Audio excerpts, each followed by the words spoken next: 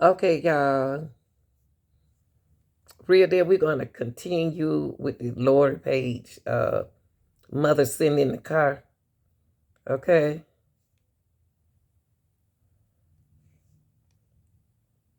I'm up here scrambling trying to figure out how I'm going to get my money, how I'm going to get these classes paid for, how I'm going to eat.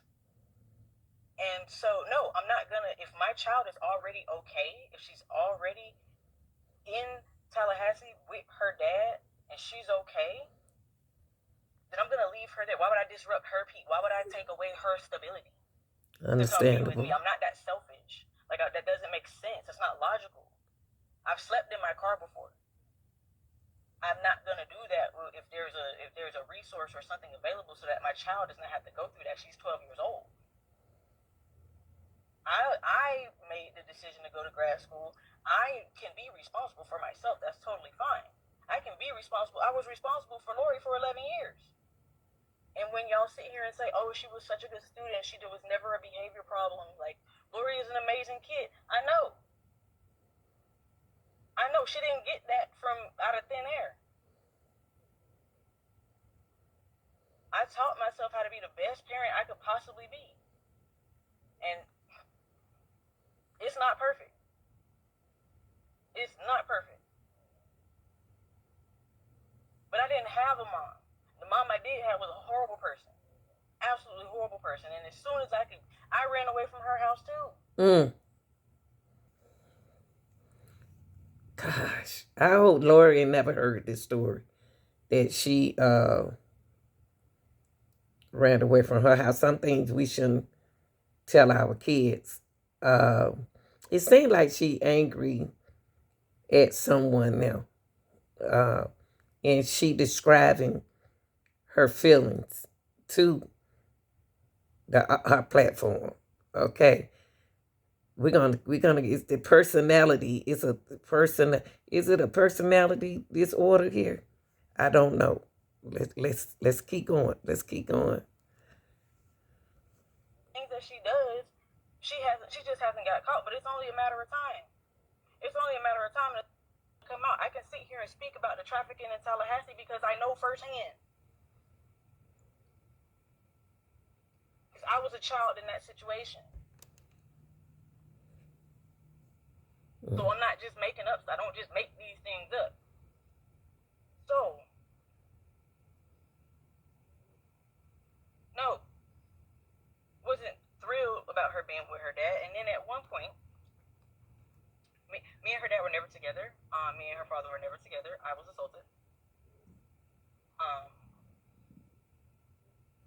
let's just say it what it is. I was 15, 16 at the time, and he was 22. And we still have, I mean, the age gap is not going to change. It's still the same. So, of course, this is not my favorite person. No, we're not.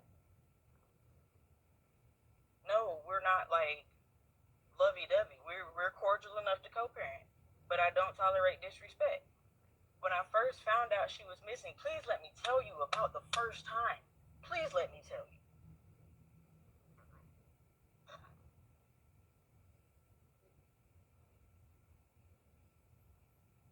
I'm in medical school, and it's final exam week. I haven't slept in weeks, but this is what I signed up for. Like I am, the hardest unit. We have already finished it. Now we have another one coming up, and I'm tired because I had to push through that hardest unit. I had to go through the feelings of doing my absolute best and it not quite being enough. So, and I'm shaking this off because I'm resilient, right? Med school makes you resilient. You have to bounce back because you don't have time. So, we had taken the test. And I'm sitting down. I'm getting ready to study for my next test, right? Because that's all I do. So I have set all my things up, ready to go. And I get a phone call. My phone is on Do Not Disturb. I don't answer the phone. I don't answer the phone. I don't take voicemails. I'm very focused on what I'm trying to. I see that the phone is ringing, and it's the 850 number, and I usually don't answer it, but something was like, answer the phone. Just answer the phone. If it's a scammer, you can just hang up. Just answer the phone. Answer the phone. Hi, this is so and so with CPD. We were first of all, we were calling to look. They were calling for my mom. They were calling my phone number to look for my mom. And I'm like, this is not her, but this is regarding Lori. I'm Lori's mother. Please tell me what is happening. Well, we don't know where she's at. What do you mean you don't know where she's at? What do you mean? Like, that's my first reaction. Like, my first reaction is not comprehending, right? Like, I'm not right? Because I'm thinking about ketoacidosis and all the stuff, the renal function and all the stuff they're about to test me on, and then you come out the woodwork saying, where is Lori? We don't know where Lori's at. Lori should be with her daddy. She should be at her daddy's house. So I'm distraught. I'm distraught. Okay? I'm having this reaction. I get off the phone with him because he don't have no answers for me, so we don't need to be on the phone. And I'm just, I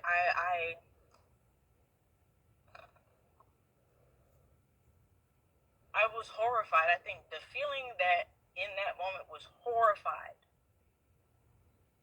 My child is nowhere to be found, and I am 500 miles away.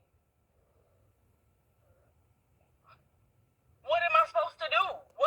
This isn't in the parenting handbook. This isn't in the handbook.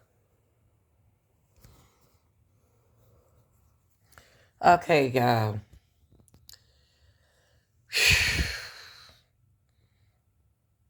I hear blame for her childhood.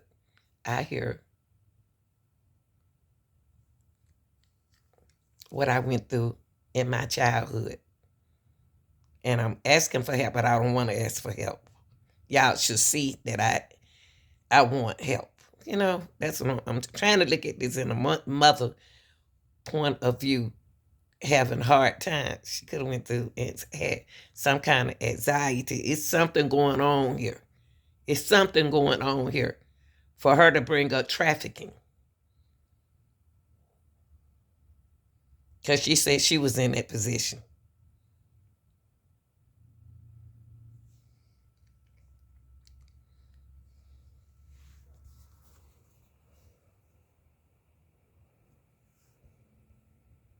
If your kid runs away or goes missing, then I don't know what to do. I don't know what to do. I don't know what the steps are. And when I consistently reached out to TPD, they Blaming. the way that I have been treated by the Tallahassee Police Department is disgusting. Is disgusting. So I'm making phone calls, this is happening in my school. I'm in my school amongst all of these professionals, and I'm just like, I'm sitting crisscross applesauce on the floor. Because I have anxiety. Even before, like, from forever ago. I have anxiety. So I'm sitting crisscross applesauce on the floor because my worst nightmare is playing out in front of me, and I'm not. Then I said she was having anxiety. She could be having anxiety attack. Y'all, this lady going through something. And I do believe she know where Lori is. Not sure. I'm waiting to wake up, right? Like, I'm waiting to wake up because this is not real life. Like, I've had enough nightmares to know maybe this is one of them. So, I call her dad. When I call her dad, he's going off on me.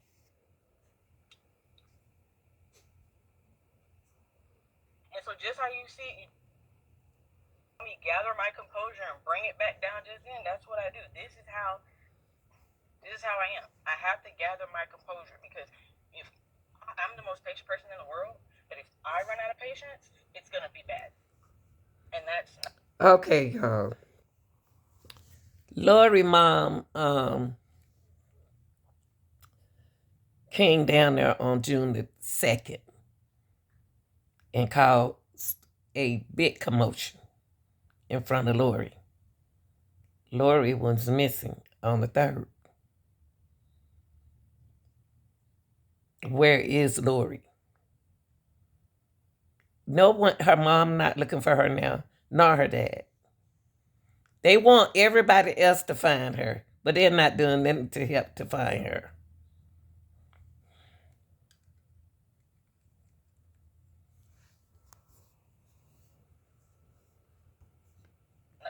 That is a fact. So I'm trying to be patient with him. You know, I'm trying to use my cognitive abilities to understand this is probably terrifying for him. He went to work, he came back, his daughter wasn't there. Is that a reason to go off on me? Absolutely not. But it's a scary situation. So not too much on him this time. All the other times I've dealt with his disrespect and I've shut it down, but on this occasion, this is an emergency. You know what I mean? Like this is I know an emergency when I see one. So this is an emergency. So I'm not expecting decorum. So we get off the phone. Um, nothing happens. Nothing happens that night. I have to leave school and go home. I have to leave school and go home. I have to. She focused on her school a lot. I have to get somewhere where I can process myself, and in a professional setting, is not the place to do it. So I get home, and there's no update. There's no answer. There's no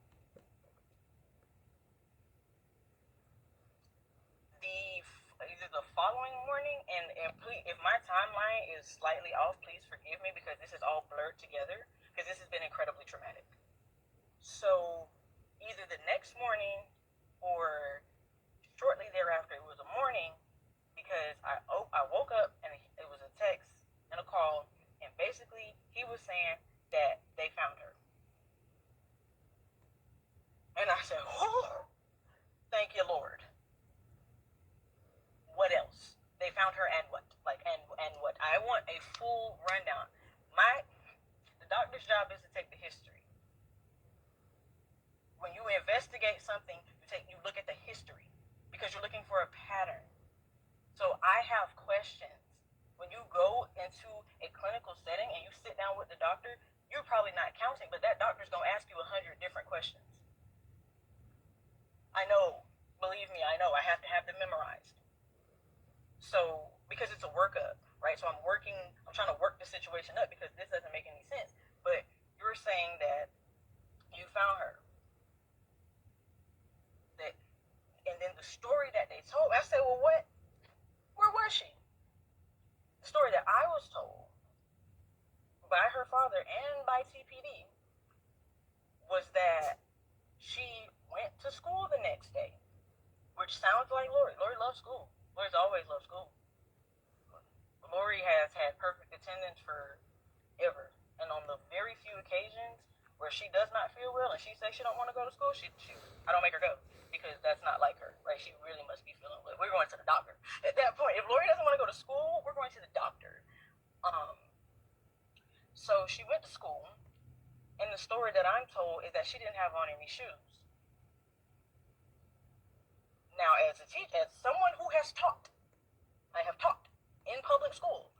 If a child comes in and doesn't have on any shoes, and I know was missing, I have questions. And so what they told me was that the dad picked her up from school and they went home. That's what they told me, but that doesn't make any sense. That doesn't make any sense. My little girl spent the night outside barefoot. We're going to the hospital. And then after that, we're going to a psychiatric facility because something is wrong. Something is wrong. This is not normal behavior. So I'm going to try to get to the bottom of it. But I was brushed off. Well, she was found, like she said, that people keep telling me how I'm supposed to feel. So, like, I should be fine that now she's found okay. I should be okay. But I'm not. What happened in this time? What happened to you? What happened? Who all was there? What happened?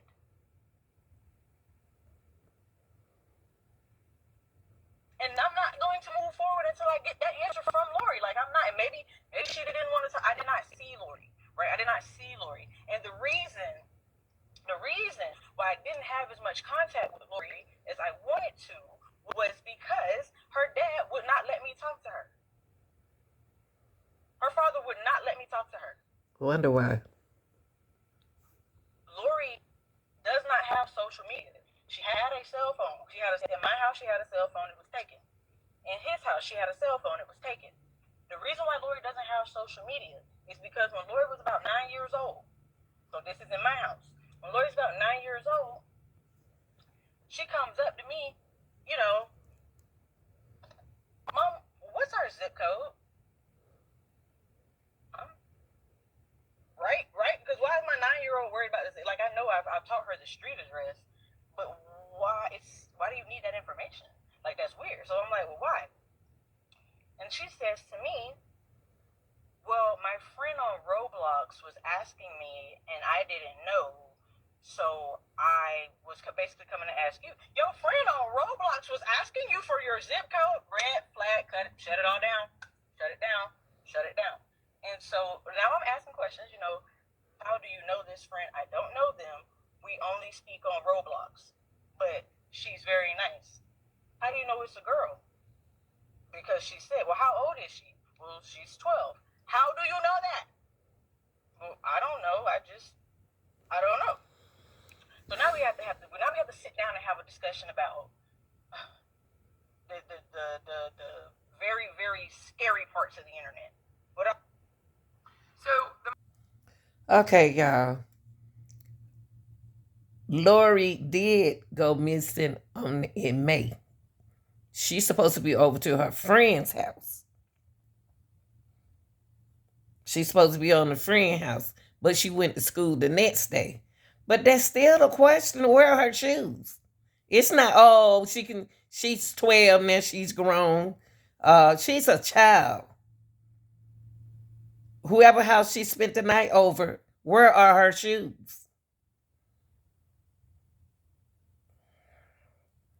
I don't think Lori case has been handled right. It's some missing pieces somewhere. Detail, but basically logically walking her through that you have no way to know that this isn't some 40-year-old greasy man. You can't know that. So you can't give people, anybody that's asking you that information is not, and that's asking you. Nobody would ask a 9-year-old what their zip code is. That's a question for your parent. So it's for that reason that Lori's internet access was extremely restricted. Because that wasn't the only instance. That was the first one and the biggest one. But she cannot cognitively understand that these people that you think are on the internet, you think they could be somebody, but it could be somebody else. You don't know. You have no way of knowing. Right? And so she hadn't thought about that. Because again, she's 9. She's 9. We're not expecting, you know what I mean? And from then forward, because this was when COVID was real big.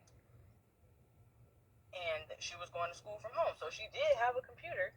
And I did monitor all of the computer usage. All of it. All the time. Because you're not...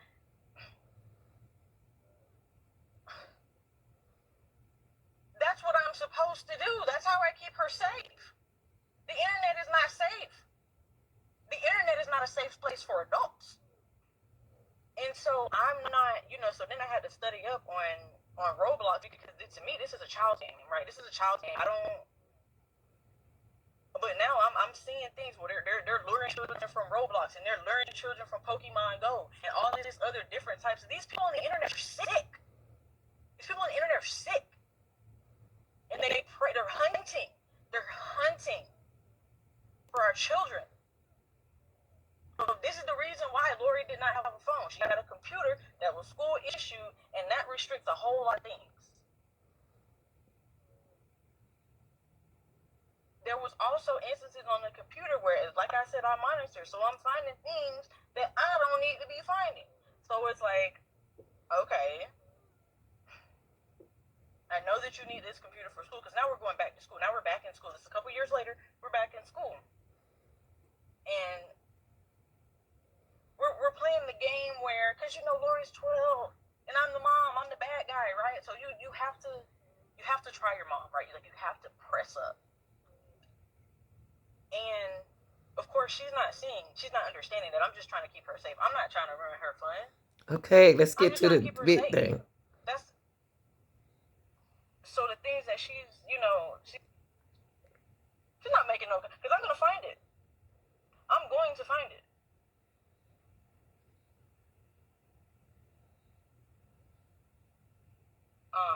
He does have one other kid that is about a year older than Lori. I've never met this. She ever heard the door open.